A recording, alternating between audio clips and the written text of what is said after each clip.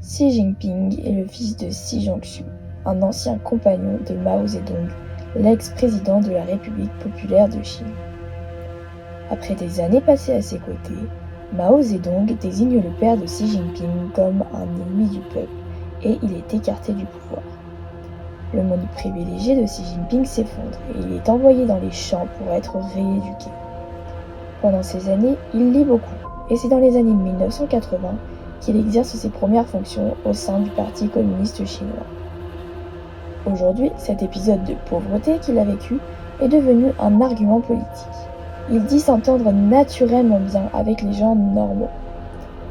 Au sein du parti, il gravit les échelons.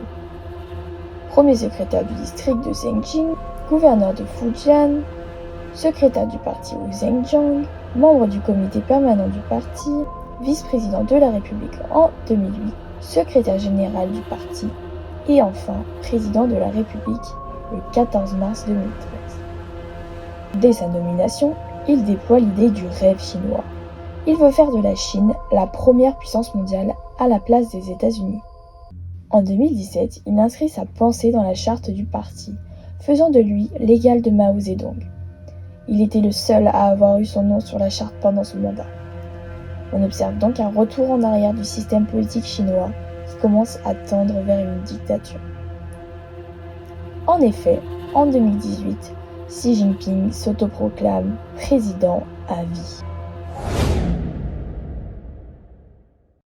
On retrouve, dans son régime, certains éléments caractéristiques des dictatures, tels que le culte de la personnalité, la censure et la propagande.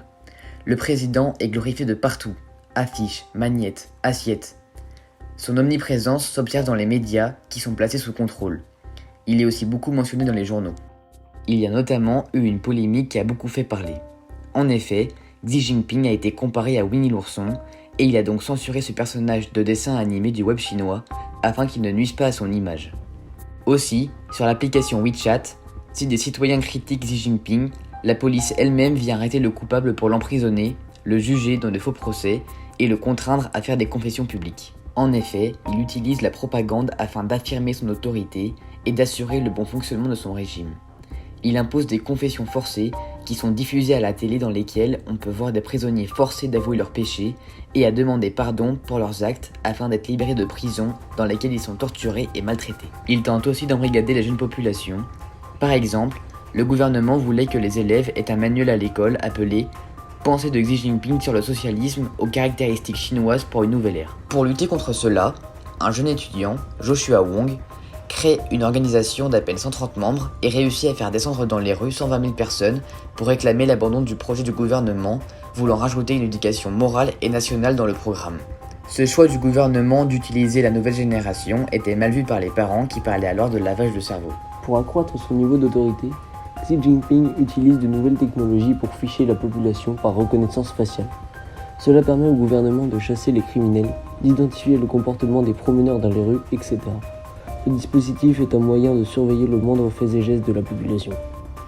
Craignant un affaiblissement de l'identité nationale et donc un effondrement du pouvoir, Xi Jinping et son gouvernement s'attaquent aux groupes minoritaires, les Ouïghours.